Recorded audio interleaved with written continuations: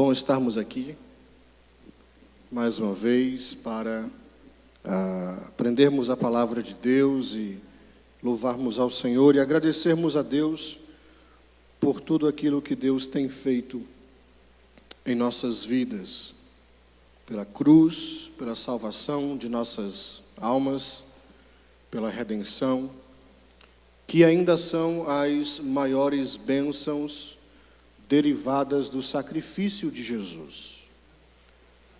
Sei que às vezes nós tendemos a inverter os valores e às vezes focamos naquilo que aos olhos parece ser importante. Focamos a maior parte de nossa existência nesse mundo que é muito curta, né, a nossa existência aqui, mas focamos e dedicamos a maior parte de nossos esforços em torno daquilo que é palpável, daquilo que nós podemos ver e tocar e que nos proporciona um conforto. Muito obrigado, querido. E a Escritura nos deixa cientes de que aquilo que nós podemos tocar é passageiro e temporal. E ela nos chama a valorizarmos aquilo que nós não podemos ver com os nossos olhos carnais e não podemos tocar com as nossas mãos. A essas coisas a Escritura chama de coisas espirituais.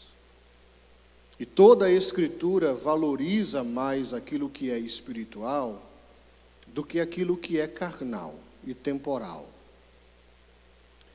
Mas nós sempre tendemos a correr atrás daquilo que é palpável, não é assim? Está aí a prova do nosso dia a dia corrido na América, trabalhando 8 horas, 10, 12 horas, dedicando o melhor do nosso tempo ao nosso patrão, e no final de semana todo mundo quer a recompensa pelo seu trabalho. Ninguém acorda de manhã cedo dizendo assim, eu vou trabalhar de graça hoje. Todo mundo que sai para trabalhar espera aquele cheque no final da semana, ou na quinzena, ou no mês. E com aquele cheque nós podemos comprar mais coisas, muitas vezes que nós não precisamos, não é? Criarmos mais dívidas, porque vivemos em um sistema capitalista, onde sempre somos convidados a termos o que é mais novo, e aí nós entramos nesse ciclo de vida e nos esquecemos de realmente buscarmos aquilo que realmente importa, que é uma vida espiritual frutífera, enraizada em Deus e na sua palavra. Então eu quero nesta noite convidar a todos para lermos juntos Gálatas capítulo 4. O que eu quero fazer nesta noite aqui, diante de tudo que nós já vimos durante essas sextas-feiras, é talvez trazer um resumo geral e tentar condensar tudo aquilo que nós já estudamos, para podermos entrar nos detalhes do capítulo 4 da carta de Paulo aos Gálatas. E eu vou fazer isso porque eu quero me deter no capítulo 4 de maneira o mais longo possível, porque aqui no capítulo 4 existem detalhes que precisam ser realmente esmiuçados, para que a gente realmente possa absorver a palavra de Deus de uma forma total. Então o que eu quero fazer hoje, antes de realmente mergulhar com vocês no capítulo 4, é dar uma pincelada geral naquilo que nós já estudamos durante essas semanas, tá?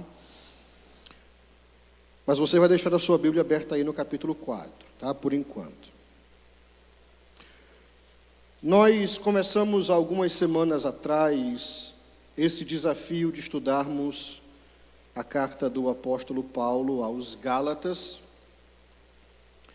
E vimos aqui que Paulo, ele escreveu esta carta aos irmãos que compunham várias igrejas na região da Galácia. Na época de Paulo haviam duas Galácias, a Galácia do Sul e a Galácia do Norte.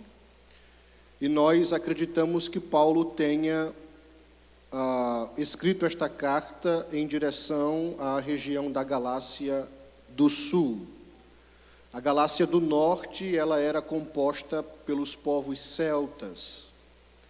E não há indício histórico de que o Evangelho tenha alcançado os povos celtas durante o período de vivência do apóstolo Paulo.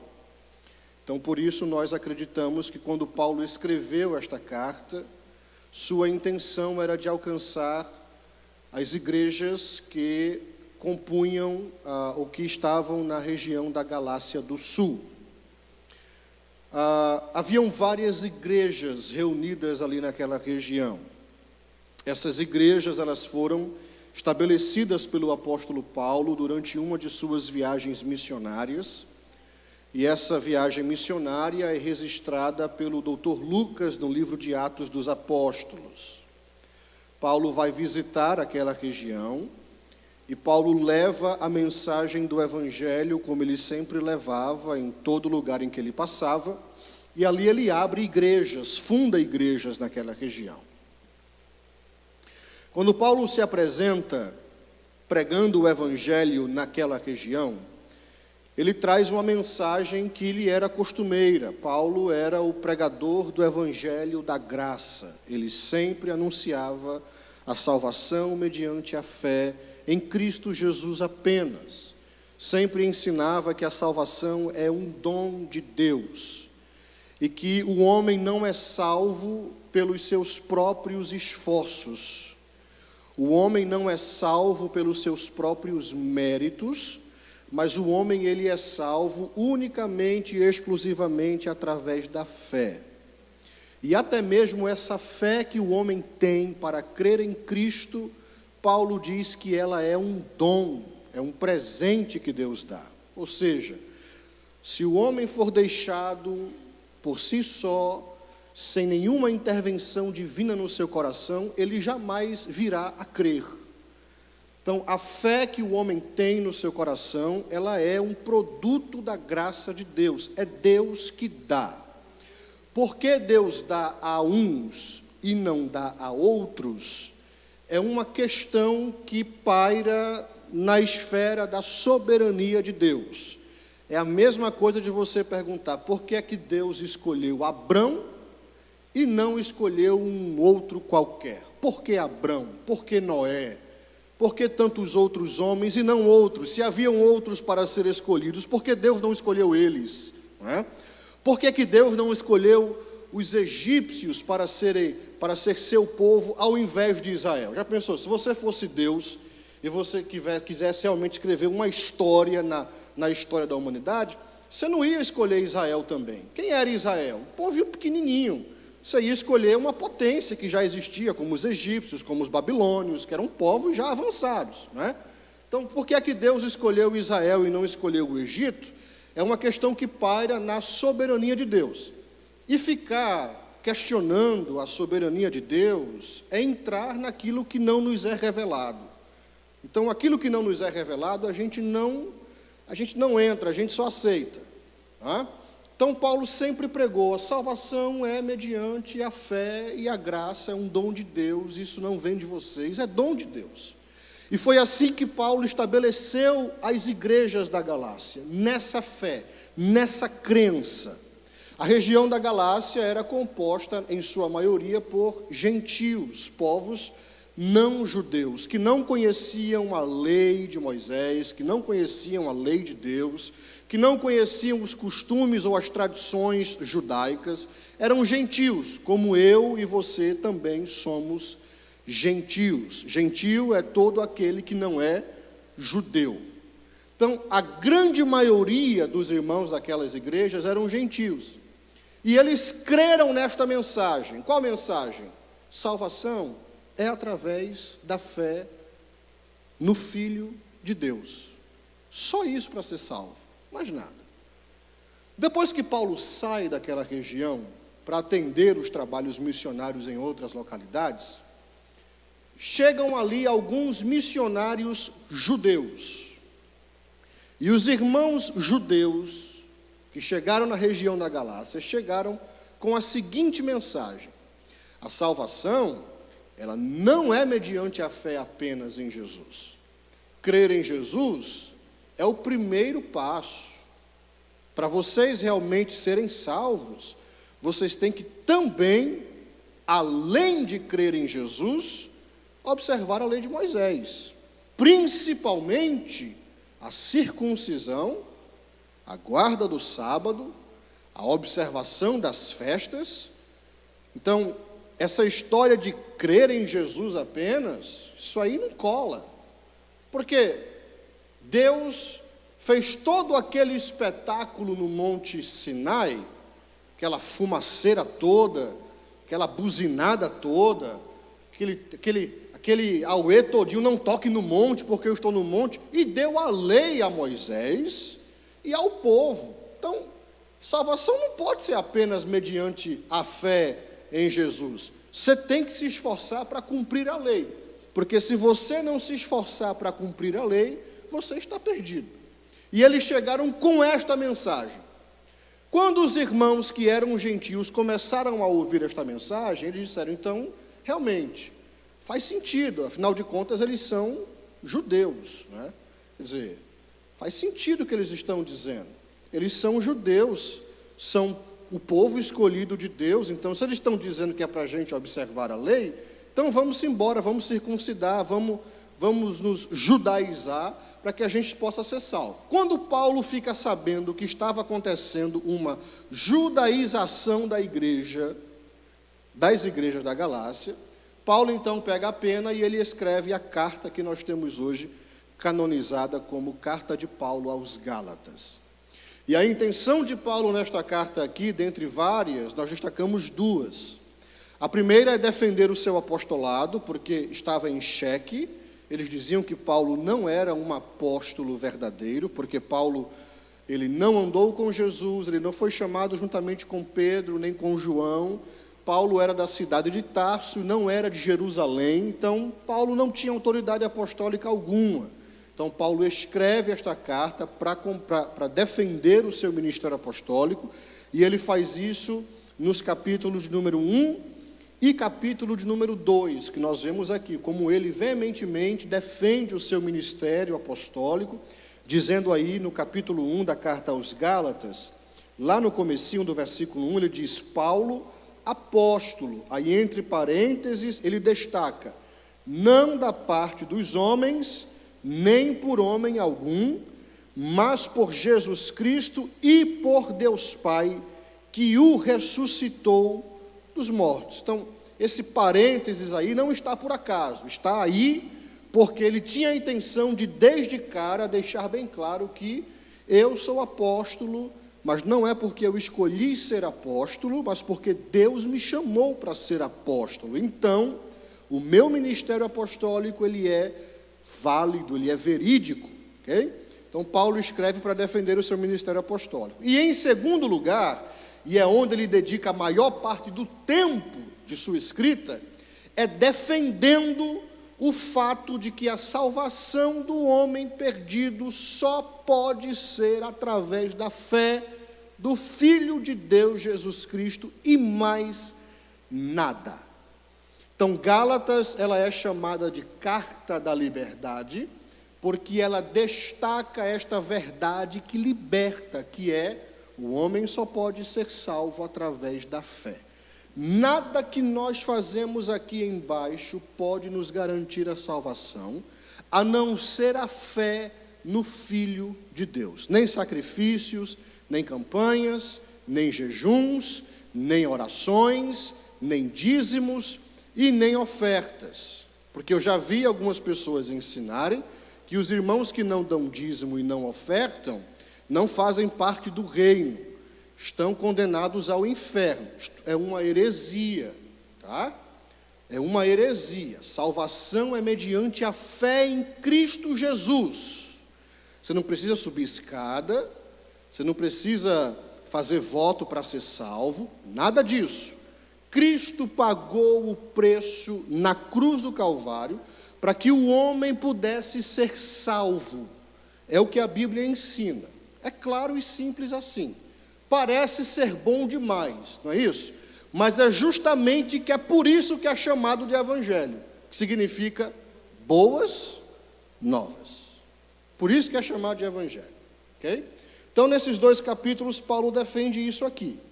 No capítulo 3, Paulo começa a argumentar de maneira racional e lógica, tentando chamar a atenção daqueles irmãos para o fato de que a mensagem que eles estavam abraçando, ou seja, a mensagem de que a salvação era mediante a observância da lei, era perigosa e anulava a mensagem da cruz de Cristo.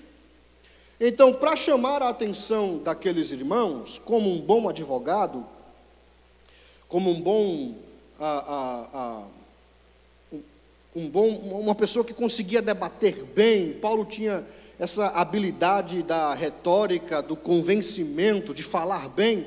Ele começa a argumentar, apelando para a experiência pessoal dos Gálatas. Ele começa chamando os Gálatas no capítulo 3 de insensatos, não é? E aí ele vai chamar a atenção dos Gálatas, chamando a atenção deles para a sua experiência salvífica pessoal. E aí no versículo 6 ele introduz na história, nesse exemplo de argumento que ele utiliza, o caso de um homem que era extremamente idolatrado pelos judeus, que era Abraão. E aí ele vai usar o exemplo de Abraão para provar que desde o começo da história da humanidade, Deus sempre teve a intenção de salvar o homem através da fé e não das obras. Sempre foi o plano de Deus salvar o homem através da fé e não das obras. Então isso contradiz aquele nosso famoso ensino de que no Antigo Testamento a salvação era pela lei e no Novo Testamento a salvação é pela graça. A Bíblia vai nos ensinar, e Paulo vai nos ensinar, que a salvação sempre foi pela graça, nunca foi pela lei, sempre foi pela fé. E aí ele chama o exemplo de Abraão para destacar esta verdade. E ele vai dizer que, lá atrás, lá no começo, Deus já havia feito um pacto com Abraão, dizendo que no descendente de Abraão, todas as famílias da terra seriam abençoadas. Então era plano de Deus, desde o começo da humanidade, de salvar o homem através da fé no descendente de Abraão. E aqui no capítulo 3, a partir do versículo 6 em diante, Paulo ele vai argumentar e ele vai dizer que, porque a promessa a Abraão foi feita primeiro, ela tem superioridade à lei que veio 430 anos depois. Ele vai dizer, a promessa que Deus fez a Abraão, ela foi feita primeiro. Logo, o surgimento da lei, 430 anos depois, não pode invalidar o que Deus disse a Abraão 430 anos antes. Então, a promessa que Deus fez a Abraão, de que no seu descendente todas as famílias da terra seriam abençoadas, benditas, salvas, esta promessa está de pé. A lei veio depois do que Deus falou a Abraão. Logo, a lei ela é inferior à promessa. É essa a base do argumento de Paulo aqui no capítulo 3. A lei ela é inferior à promessa. E por ser inferior à promessa, logo ela não pode salvar o homem. Ela é inferior à promessa. Paulo ele vai dizer aí, no versículo de número 10 do capítulo 3, que todos aqueles que são das obras da lei estão debaixo da maldição, ou seja, todos aqueles que procuram ganhar a sua salvação através das obras, no caso aqui, da observância da lei, Paulo diz: vocês estão debaixo de uma maldição. Todos aqueles que querem viver uma vida tentando salvarem-se pela observância da lei, ficam debaixo dessa maldição. Qual é a maldição? A maldição de que ninguém consegue cumprir a lei. É simples assim. Quando a gente fala de lei, nós estamos falando da lei cerimonial, né, que havia o aspecto cerimonial da lei, que era todos aqueles rituais que Deus havia estabelecido, que faziam parte do culto do Antigo Testamento, o sacrifício de animais, aquela polpa toda dos sacerdotes, como eles deviam se portar, como deviam carregar a arca. Ali estava a lei no seu aspecto cerimonial. Havia também a lei moral, que era a lei refletida nos 10 mandamentos, que refletia o caráter de Deus, a santidade de Deus. Não matarás, não adulterarás, não terás outros deuses diante de mim, não dirás falsos testemunhos, honra teu pai e tua mãe, guardarás o dia de sábado para o santificar. Esta era a lei moral. E havia a lei civil, que era o conjunto de regras que regia Israel como nação. Juntando tudo isso, dava um bojo de mais ou menos uns 612 mandamentos que deviam ser observados. Só isso. 612 mandamentos que deviam ser observados. E aí, se você cumprisse 611, mas durante toda a sua vida, suponhamos que você nasceu e você vem, desde que você nasceu, cumprindo todos os mandamentos da lei, 611, aí você vai morrer com 99 anos de idade, mas com 99 anos de idade, no último dia de vida, na cama, quando você está suspirando, você quebra um mandamento. Aí a Bíblia vai dizer: você quebrou toda a lei. Quer dizer, todos os outros anos, todos os outros mandamentos que você observou, todo aquele esforço que você fez para guardar aquele mandamento, aqueles mandamentos, foi tudo por água abaixo.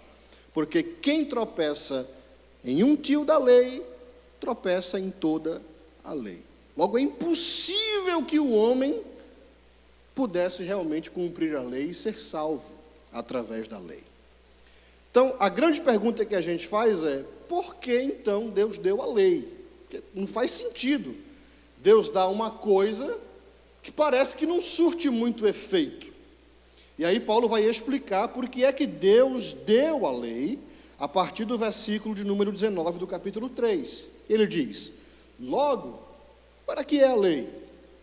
Foi ordenada por causa das transgressões.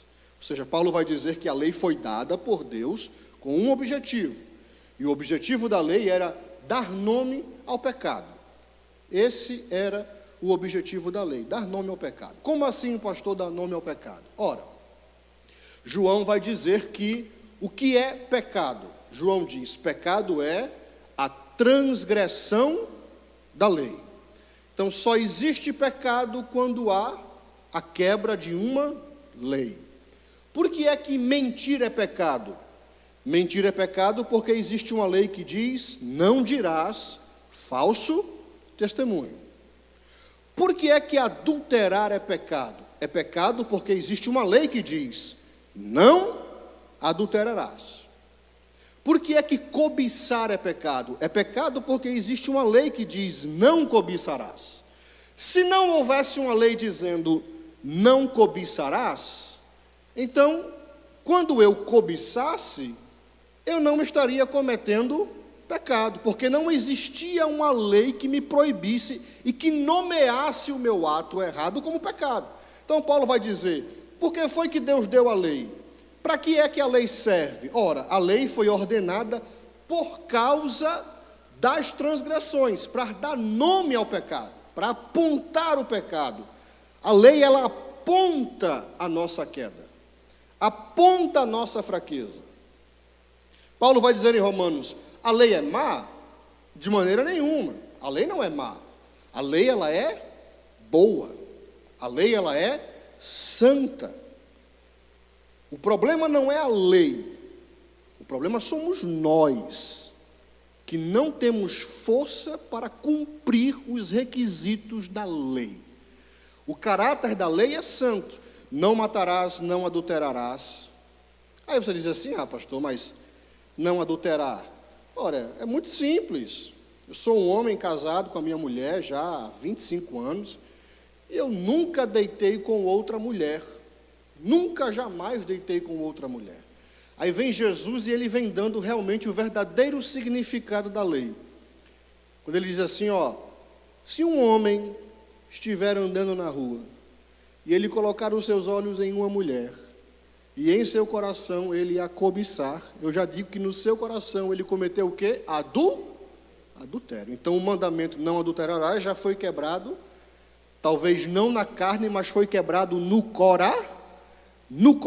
Aí é que está o problema. O problema do homem não é o externo.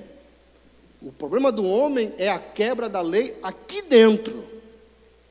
Porque lá fora a gente pode até colocar uma capa e tentar fingir que a gente cumpre. Mas aqui dentro é que está o problema. O problema é o meu coração. O problema é o coração do homem. E eu até falei aqui, sexta-feira retrasada, que por isso nós deveríamos ter medo de dizer assim, o Senhor conhece o meu coração.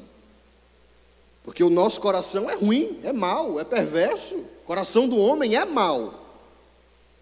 É aqui que nós quebramos a lei de Deus todos os dias. É aqui que nós quebramos a lei de Deus todos os dias.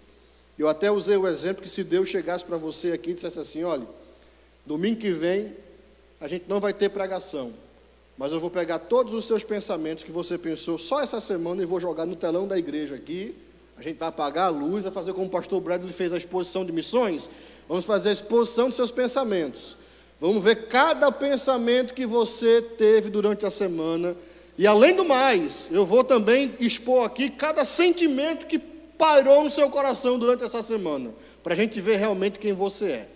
Eu acho que você não viria ao culto. Eu acho que você não viria ao culto, que eu não viria.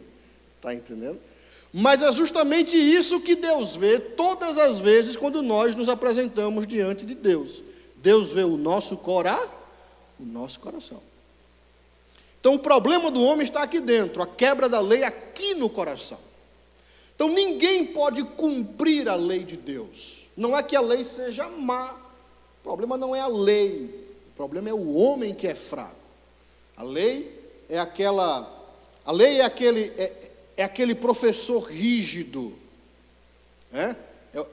É o instrutor que diz não faça, mas não capacita o homem a não fazer.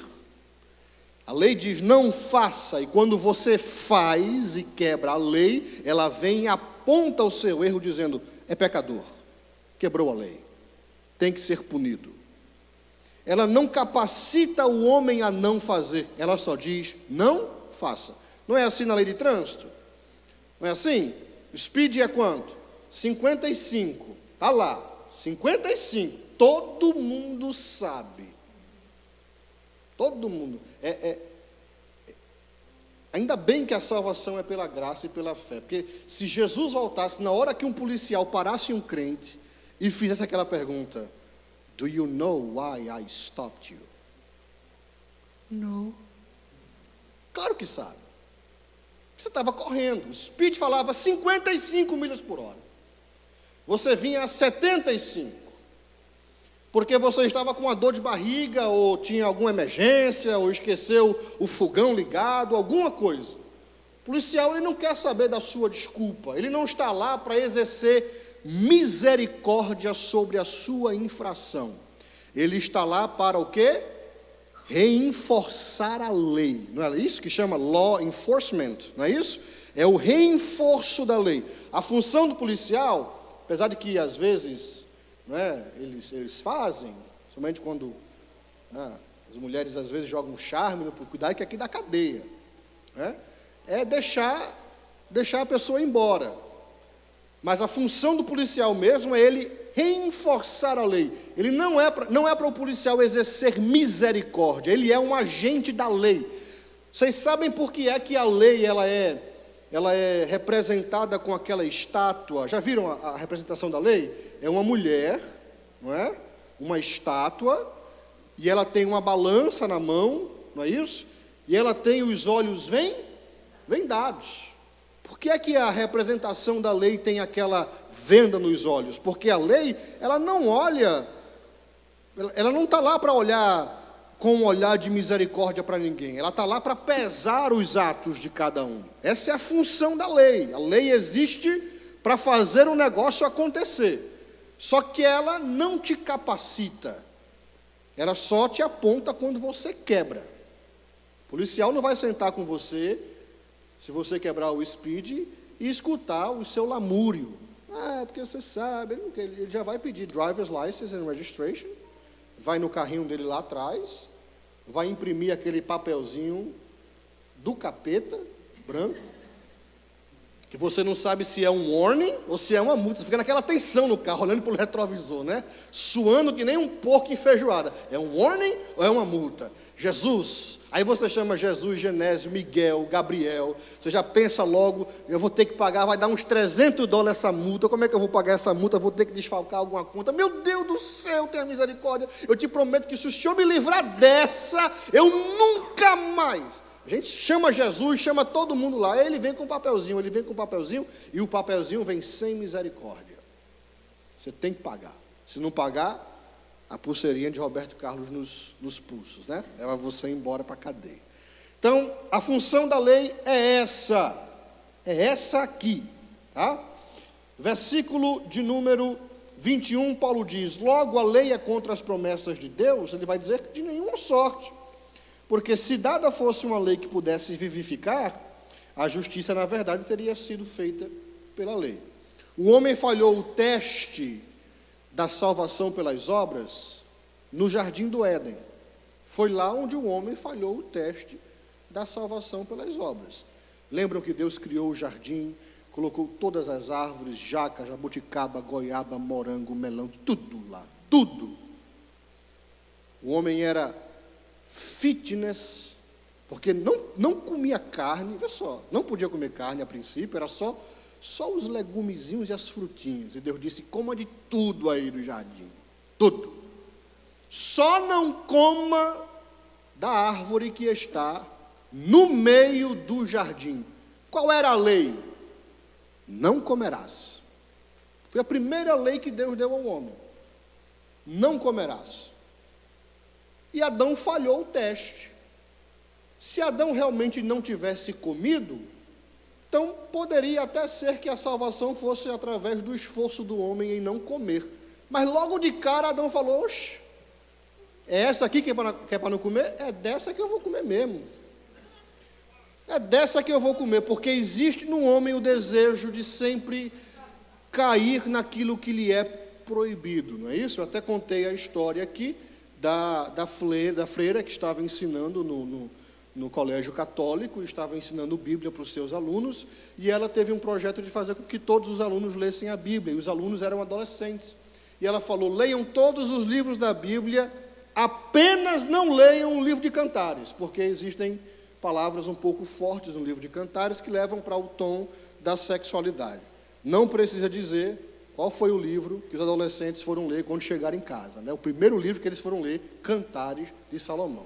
Então, existe a tendência do homem de sempre fazer o que é proibido. Paulo vai dizer: não é que a lei vá de encontro às promessas de Deus, porque se realmente a lei pudesse vivificar, a justiça, na verdade, teria sido pela lei. Ou seja, se lá atrás, quando Deus disse: não comerás, Adão não tivesse comido, então a justificação seria através do esforço de Adão. Ok, só que ele comeu. E quando ele comeu, ele deixou bem claro aquilo que Deus já sabia. Porque não pegou Deus de surpresa. Deus já sabia. O homem não pode, de maneira alguma, cumprir com a minha lei. Versículo 22, mas a Escritura encerrou tudo debaixo do pecado para que a promessa pela fé em Jesus Cristo fosse dada aos crentes. Então Paulo vem argumentando aqui no capítulo 3 sobre isso aqui, tá? A lei, ela é inferior à promessa. Quando Paulo chega aqui no capítulo 4, ele continua a sua argumentação, seguindo esta mesma linha de raciocínio. Só que aqui no capítulo 4, Paulo ele vai utilizar-se de 5 contrastes para mostrar a superioridade da promessa e a inferioridade da lei. Ele vai utilizar-se desses 5 contrastes aqui no capítulo 4, e são esses 5 contrastes que eu quero estudar com vocês nessas próximas sextas-feiras, de maneira calma, para a gente poder realmente absorver tudo aquilo que está inserido aqui. Vejam aí que no capítulo 4, eu vou dar só uma visão panorâmica do capítulo 4, e depois nós voltamos para ele nas semanas seguintes, esmiuçando cada parte desses contrastes. Vejam aí que no capítulo 4, do versículo 1 ao versículo 7, ele contrasta nossa condição anterior de escravos debaixo da lei com a nossa condição atual de filhos de Deus pela fé. É isso que ele vai dizer. Leia comigo o texto, Gálatas 4, de 1 a 7. Olha o que Paulo diz. Digo, pois, que todo o tempo em que o herdeiro é menino, em nada difere do servo, ainda que seja senhor de tudo, mas está debaixo de tutores e curadores até ao tempo determinado pelo Pai. Assim também nós, quando éramos meninos, estávamos reduzidos à servidão debaixo dos primeiros rudimentos do mundo. Mas vindo a plenitude dos tempos, Deus enviou seu Filho, nascido de mulher, nascido sob a lei, para remir os que estavam debaixo da lei, a fim de recebermos a adoção de filhos. E porque sois filhos, Deus enviou aos nossos corações o Espírito de seu Filho que clama, Abba, Pai. Assim que já não és mais servo, mas filho. E se és filho, és também herdeiro de Deus por Cristo. Então esse é o primeiro contraste que Paulo vai usar aqui. Ele vai contrastar nossa condição anterior de escravos debaixo da lei com a nossa condição atual de filhos de Deus pela fé. Gálatas 4, de 1 a 7. O segundo contraste que Paulo vai utilizar aqui está dos versículos de 8 a 11. E aqui nos versículos de 8 a 11, ele vai contrastar a nossa antiga vida pagã e a nossa vida como cristãos. Olha o que ele diz aí. Mas quando não conhecíeis a Deus, servíeis aos que por natureza não são deuses, mas agora conhecendo a Deus, ou antes, sendo conhecidos de Deus, veja aqui que Paulo faz esse trocadilho de palavras, não é? Ele dá mais valor a você ser conhecido de Deus do que você conhecer a Deus. Então, conhecer a Deus é algo magnífico, mas mais profundo do que mais profundo do que conhecer a Deus é ser conhecido de Deus, é saber que Deus sabe quem você é. Aí ele diz aqui no versículo 9, mas agora, conhecendo a Deus, ou antes, ou seja, mais do que isso, né?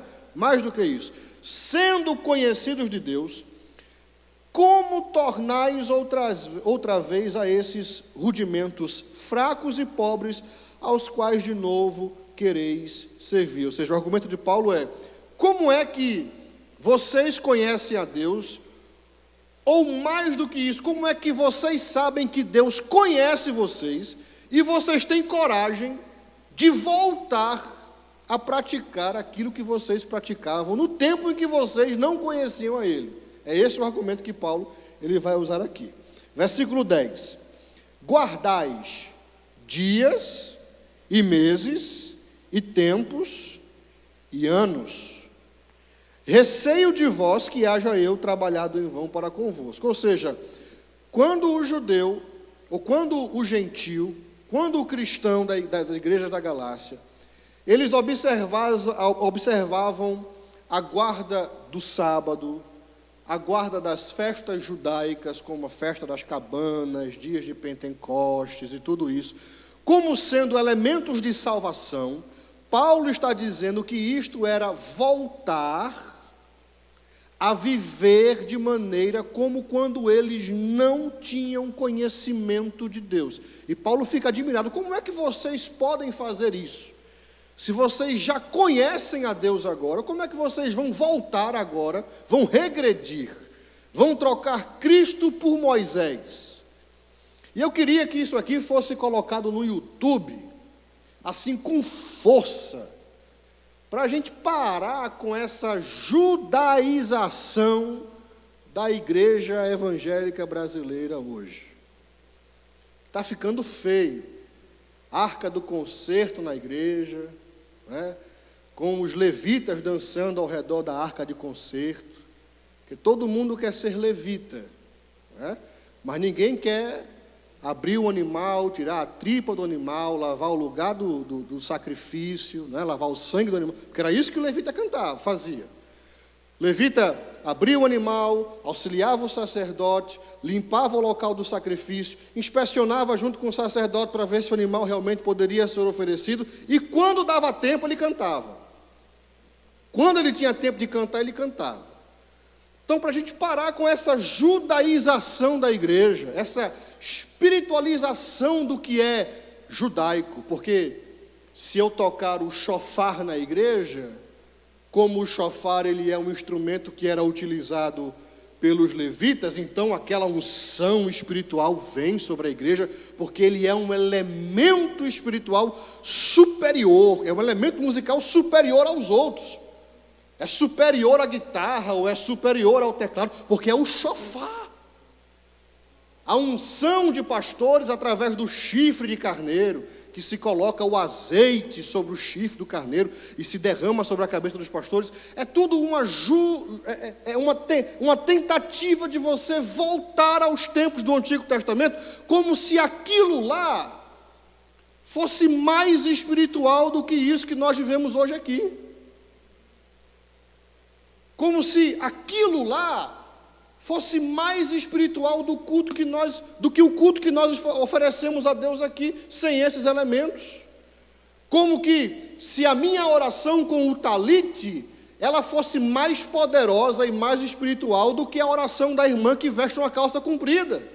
Porque o talite era o manto que Jesus usava para orar. Então, como Jesus usava o talite para orar, vamos todo mundo então agora orar com o talite. Porque a oração ela é mais poderosa. Paulo vai dizer, vocês guardam dias, meses, luas novas, tudo isso estava lá atrás e vocês já saíram de lá de trás. Por que vocês vão voltar novamente lá para trás? Não é possível. E aí no Brasil, o maior de tudo, né? A construção do templo de Salomão. Com os sacerdotes entrando e tudo. Quer dizer, é a nossa tendência de querer voltar ao Antigo Testamento, à observância da lei, porque a gente quer conquistar a nossa salvação. Então vamos lá, vamos construir o templo, vamos colocar os sacerdotes vestidos, né? Vamos fazer tudo isso. Paulo vai dizer, como é que vocês, que conhecem a Deus, mais do que isso, são conhecidos de Deus, tem coragem de voltar a essas práticas antigas? E Paulo era judeu, viu? Eu estou falando aqui de um pregador judeu, não estou falando aqui de um pregador gentil, estou falando de um pregador judeu, cara que cresceu na lei. Paulo vai dizer que entre os moços da sua época, do judaísmo, do farisaísmo, ele excedia eles. Ele era judeu de judeu, descendente da tribo de Benjamim. Eu não estou falando aqui de um gentil que apareceu dizendo, não observem essas coisas porque isso era só uma figura, só apontava para Cristo, não precisa observar. Eu estou falando de um judeu.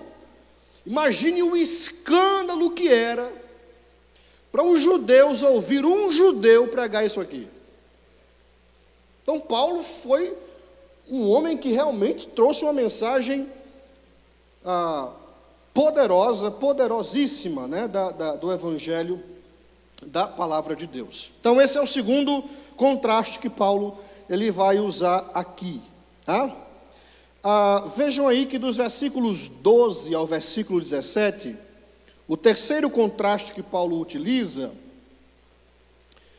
fala sobre o início do relacionamento dos Gálatas com ele, Paulo, e o estado de desgaste em que esse relacionamento se encontrava naquela ocasião. Aí ele vai escrever o seguinte, versículo 12: Irmãos, rogo-vos que sejais como eu, porque também eu sou como vós.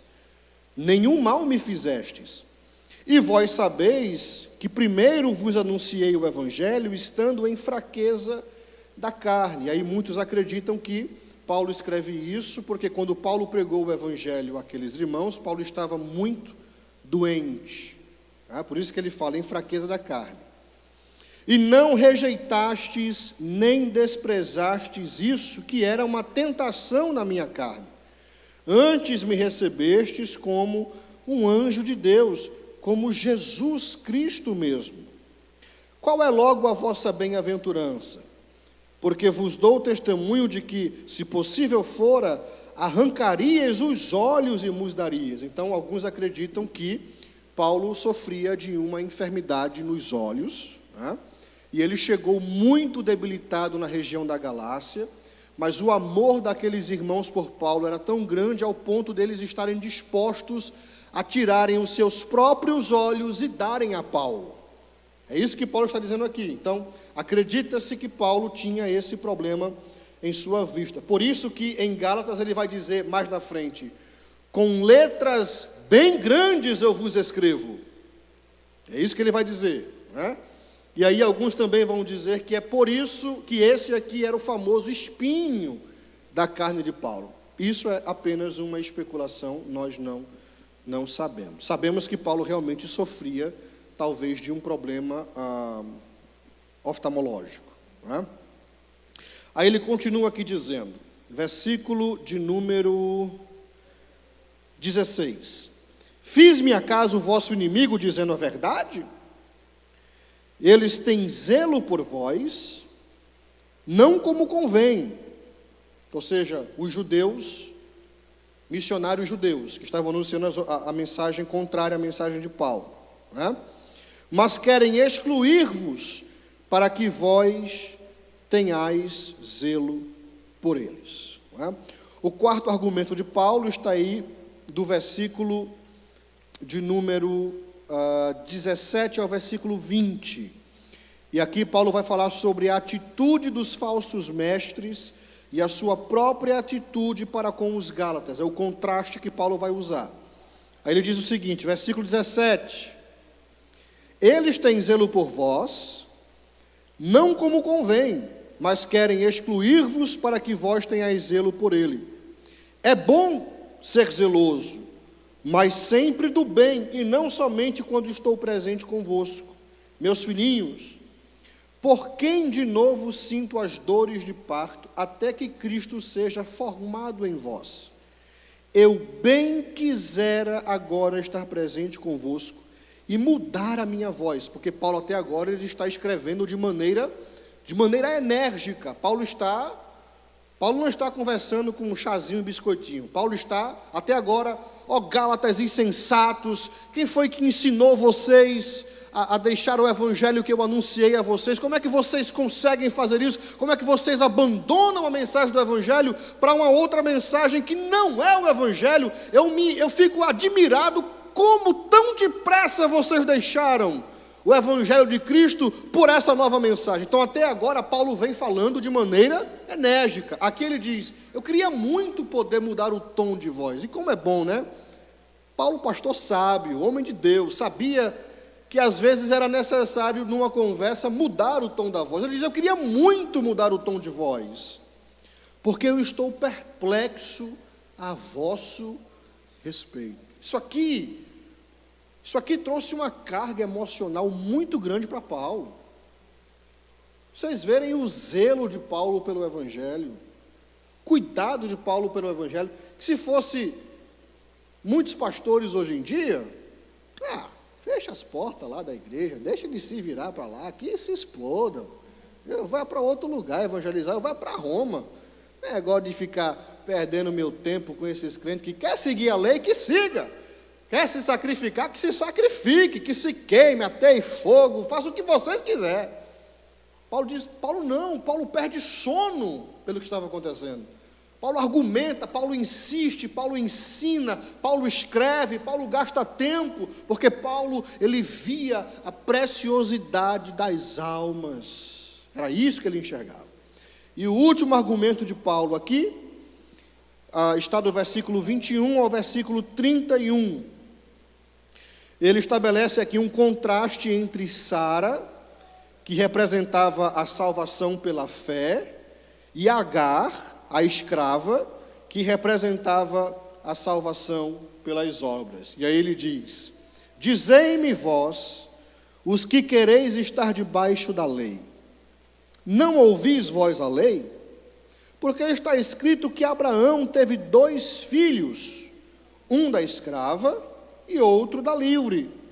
Todavia, o que era da escrava nasceu segundo a carne, mas o que era da livre, por promessa. Ou seja, a diferença entre Isaque e Ismael. Ismael foi o filho de Agar, não é isso? Por uma decisão própria de Abrão e Sara. Já Isaque não, ele foi o filho da promessa. O que se entende por alegoria? Porque estes são os 2 concertos. Um do Monte Sinai, ou seja, a lei não foi dada no Monte Sinai, não foi no Monte Sinai que Deus fez um concerto com o povo e deu a lei ao povo. Então Paulo vai dizer, ele vai usar esta alegoria dizendo que o concerto feito no Monte Sinai era como se fosse um símbolo do filho de Agar, Ismael. Ele vai dizer isso aqui, gerando filhos para a servidão, que é Agar. Ora, esta Agar é Sinai, um monte da Arábia, que corresponde a Jerusalém que agora existe, pois é escrava com seus filhos. Mas a Jerusalém que é de cima é livre, a qual é mãe de todos nós, porque está escrito, alegra-te, estéril, que não dás à luz, esforça-te e clama, tu que não estás de parto, porque os filhos da solitária são mais do que os da que tem marido. Mas nós, irmãos, somos filhos da promessa como Isaque. Mas como então aquele que era gerado segundo a carne perseguia o que era segundo o Espírito?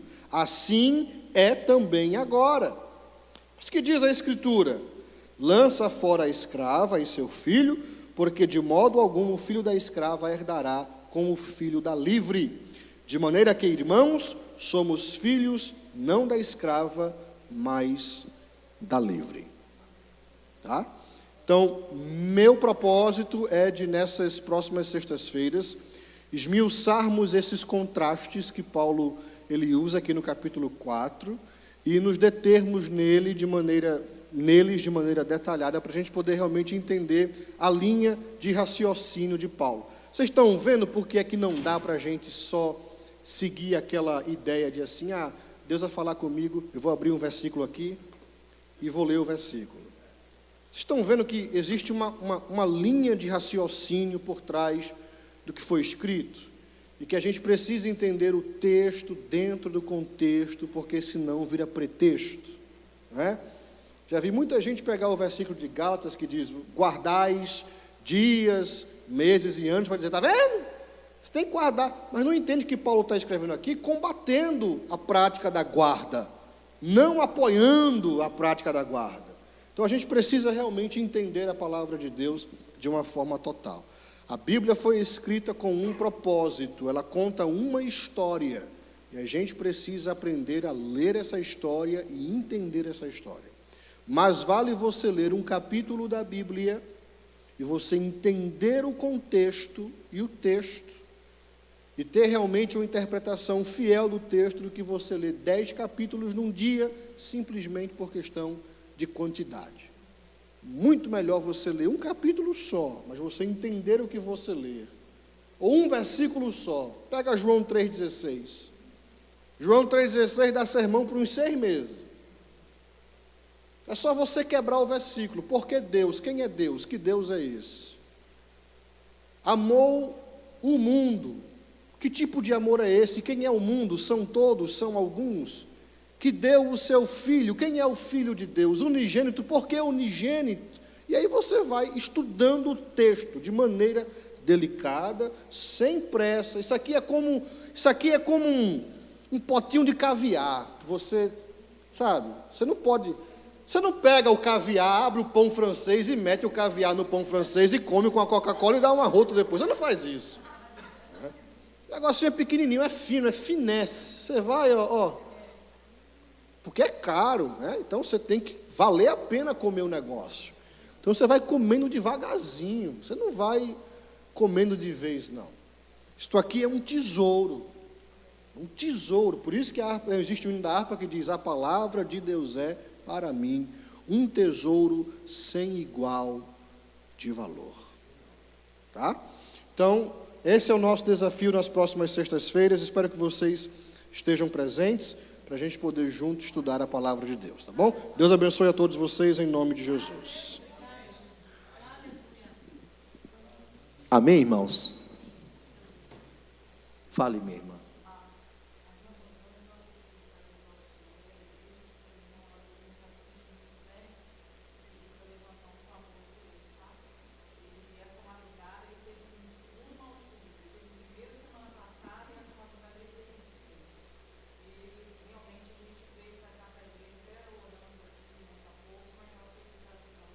Vamos estar orando, irmã.